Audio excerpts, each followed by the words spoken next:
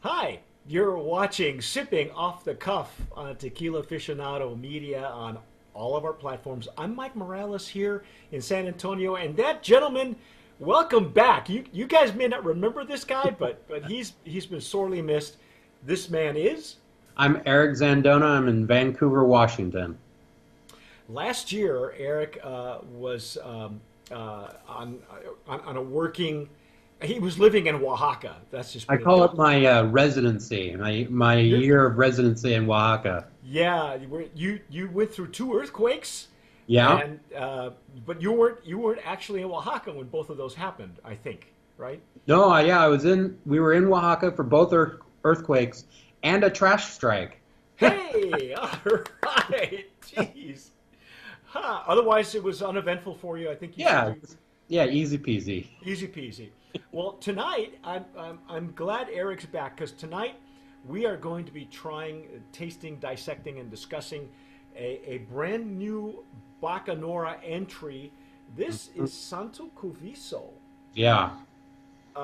This is an interesting brand that you folks may have seen it. They're very popular on Instagram. They're making a big splash in the Bacanora category, which, by the way, now, ladies and gentlemen, is now a burgeoning category. It does have its own denomination of origin. Hmm. I believe it's Sonora, from where it originates. Yeah. And what else do we know about this, Eric? Because you kind of have the inside track on this one. Yeah. So the Bacanora is, it's very similar to mezcal, essentially. Bacanora has, like tequila, it's named after the town that it comes from. So there's a Bacanora town in the state of Sonora, and so that's where the spirit gets its name from. And they've been making the spirit forever, so they always just called it Bacanora. Yeah. So it's made from agave angustifolia, which is similar to what espadín you would Yeah. see for mezcal. Hmm. It's cooked in a earthen pit oven. It's open, fermented with open air, natural fermentation. It's ground and then distilled in copper. Just very similar to a lot of espadín mezcals you would see. Yeah, I know that we having just judged our 2018 Brands of Promise, we had two entries in the Bacanora category, Hmm. and really they were night and day.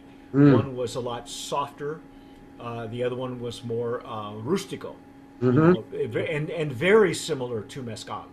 Yeah. So I'm really anxious to try this one.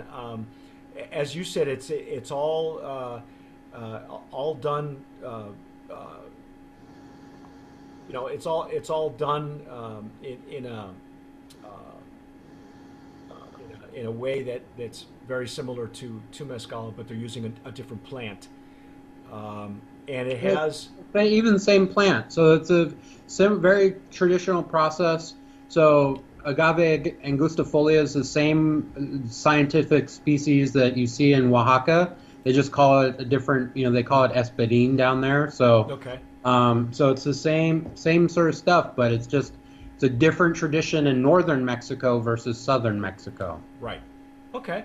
Well, for tonight, I will be using, and I will try to get you a set of these shortly, Eric. But we have been experimenting with this is a Stossel Jarrito. Stossel is a glass company, as Yeah. you well know. And this is there are two versions of this.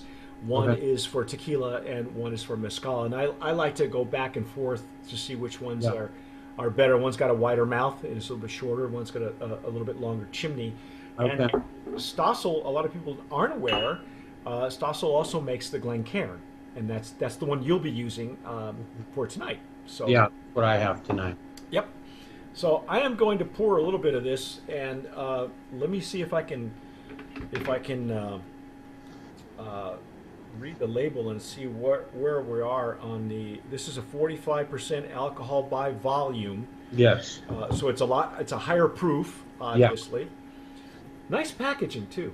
Yeah, so I love the label. It's got these nice gold accents in on the Yes. label, and the bottles are hand blown Well, individually. this has got a nice little symbol, Yeah. the Santo Cuviso, and for those of you who may be following them on Instagram, you'll notice that they have a slogan, and they're saying, was it making sinners making saints making sinners out of saints or something like that? Yeah, it's on here somewhere, I thought. Yeah, it's a fun. They see it every time on their Instagram, which is Yes. really fun. Turning saints into sinners since 1756. Yeah. So Just it's fun. been a long time, folks. Yeah. A funny story was that one of the folks who is a tequila brand owner and he's actually a rock star. Uh, Mhm. uh, Roger Klein, who has a tequila called Mexican Moonshine. It's very popular. Roger Klein and the Peacemakers. You can read about him in our on Tequila Aficionado. But he grew up, spent a lot of time with his grandfather, who had a ranch in Arizona. And it Mm. was funny that he told us stories about how his grandfather and he would share a Bacanora. Yeah. So Bacanora has the same background as Sotol does for New Mexico and parts of Texas. It was bootlegged Yeah. into the states during Prohibition. So this and in fact I think they do a lot of when you read the history of Bacanora. There's a lot of information about how they were bootlegged into Arizona and parts of Texas. Yeah. Wow, the tiers on this are just beautiful.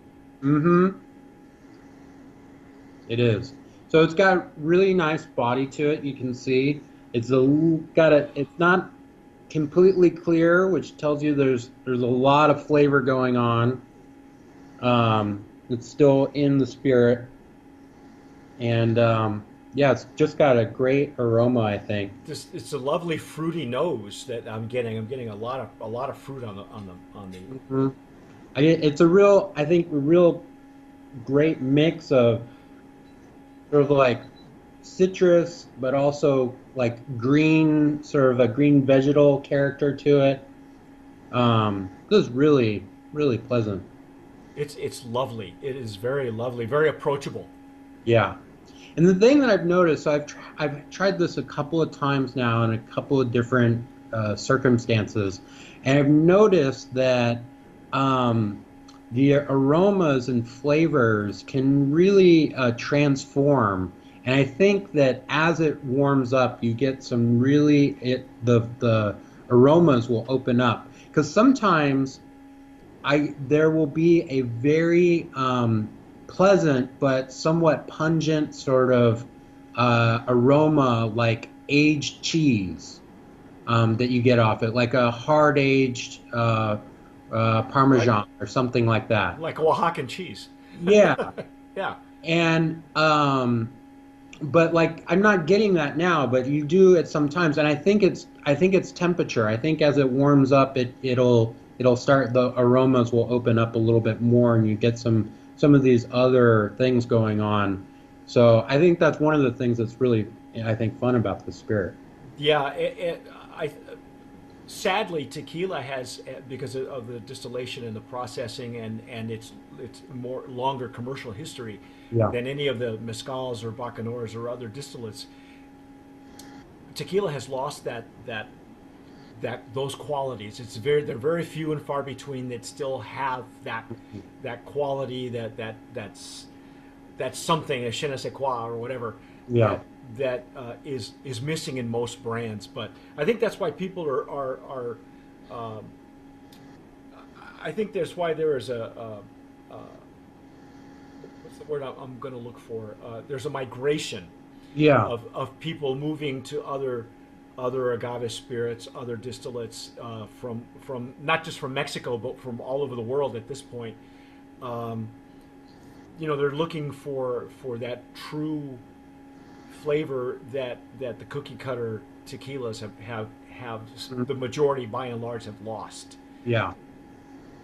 I And that's loved one it. of the things that's really fun about something like this is you get a real sense of like this is, despite the sort of cuteness maybe or the fun aspect of their sort of tagline, I mean this does give you a sense of like this is not far off probably from what people were drinking in the early 1800s in northern Mexico. Yes, yes, it really is history in in a bottle or a glass. Yeah. Um, I gotta try. Let's just dive in and see what we get. Oh yeah.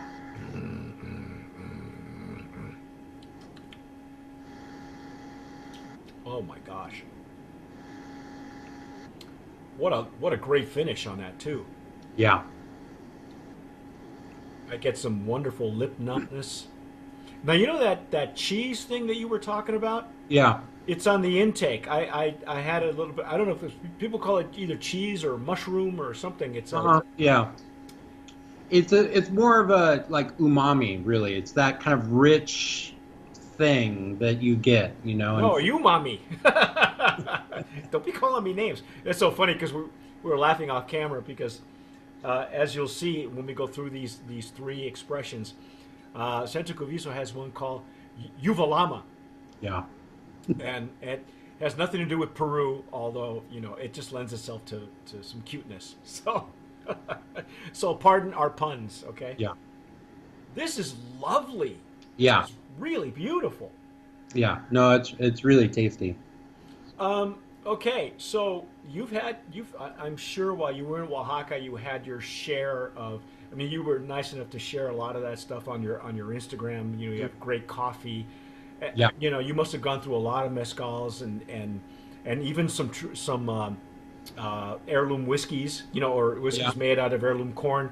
Yeah. So when you start to taste things like Santo Cuviso. And I know that in the United States, 80% of tequila is consumed in cocktails. Would you really dare make this a cocktail? Well, I so mean, then I know you can, but right. would we? I would not. But then I'm a little bit on the sort of outside of the average consumer because my sort of default is to consume most spirits neat, or maybe with some ice, depending on what it is and what time of year it is and all that sort of stuff. But no, I mean, there's a ton of flavor going on here, and I think you could use it in a a margarita where you're using very like fresh squeezed juice and light on any sort of like orange liqueur, where you really wanted the spirit to shine and come forward.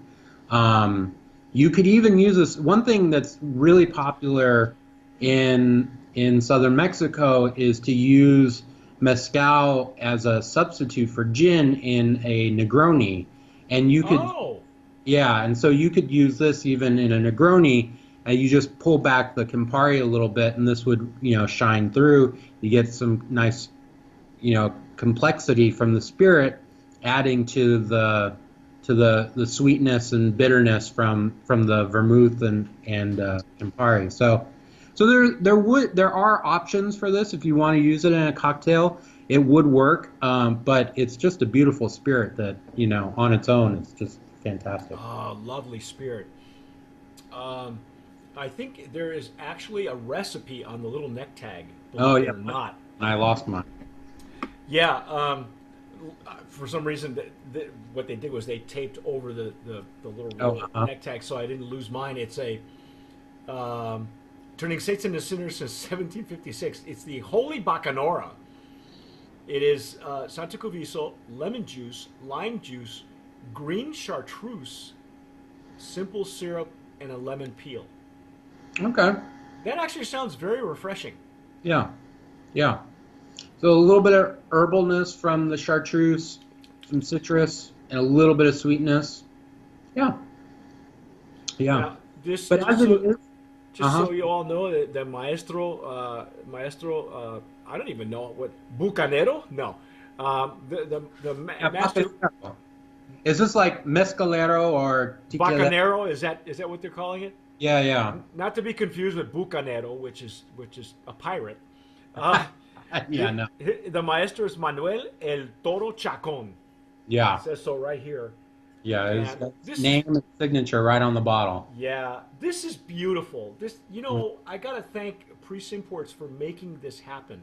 Yeah. This is a beautiful, beautiful spirit.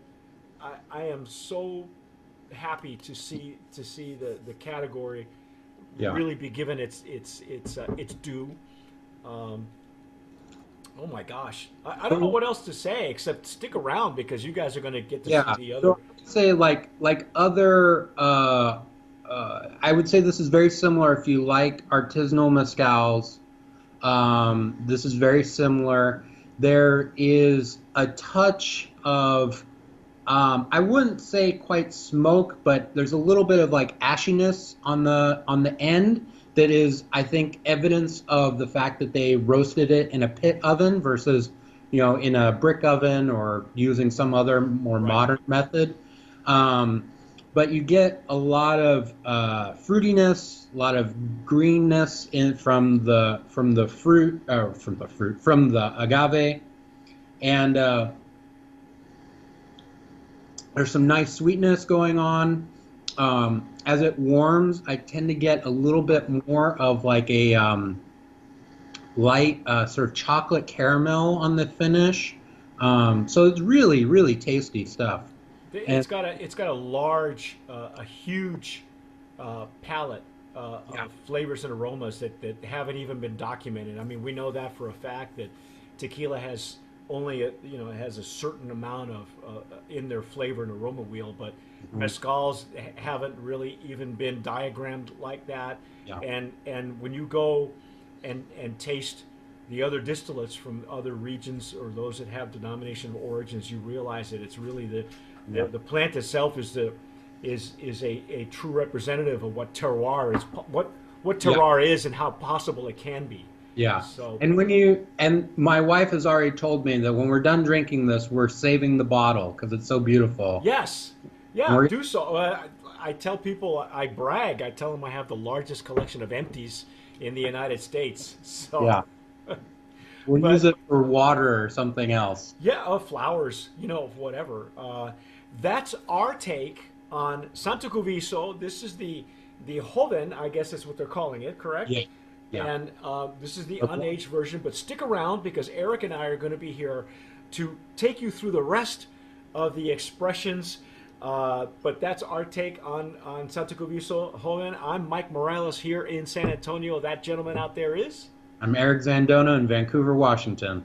You've been watching Sipping Off the Cuff on all of our platforms. Don't forget to subscribe or listen in on any of the podcast channels that you listen to while you're in traffic. Don't drink and drive, but you let us do that. Yeah. But whatever you do, tomar sabiamente. Sip wisely.